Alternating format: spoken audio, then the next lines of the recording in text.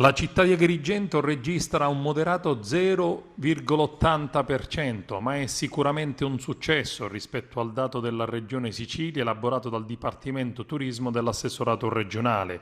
L'inversione di tendenza è dovuta principalmente al successo della Valle dei Templi, alla Scala dei Turchi e al centro storico agrigentino che grazie a Don Giuseppe Pontillo ha prodotto risultati incoraggianti. Soddisfatto il sindaco della città, Calogero Firetto, che esulta: abbiamo tour operator e giornalisti provenienti da ogni parte del mondo. Agrigento è tra i desideri di viaggio sempre più frequenti dei visitatori. La città offre quel valore aggiunto rispetto ad altre città della Sicilia che fanno la differenza e consentono, anche attraverso il passaparola, il ritorno a casa come esperienza imperdibile di visitare la nostra città.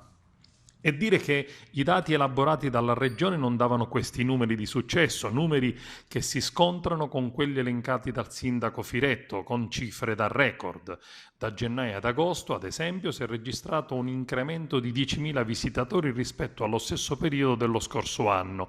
Agrigento si conferma per il numero di pernottamenti in città in controtendenza rispetto all'andamento regionale e nazionale. Il successo è dal gradimento dei luoghi di interesse e delle strutture ricettive che per Booking rappresentano un primato nazionale. Sicuramente è anche il frutto di un lavoro sinergico tra le istituzioni, in primo luogo l'attività di promozione con Coop Culture, concessionaria dei servizi aggiuntivi della Valle, che ha investito tantissimo nel rilanciare la città e l'area archeologica attraverso i media nazionali ed esteri, dando risalto agli spettacoli nella Valle e alle altre innumerevoli iniziative culturali.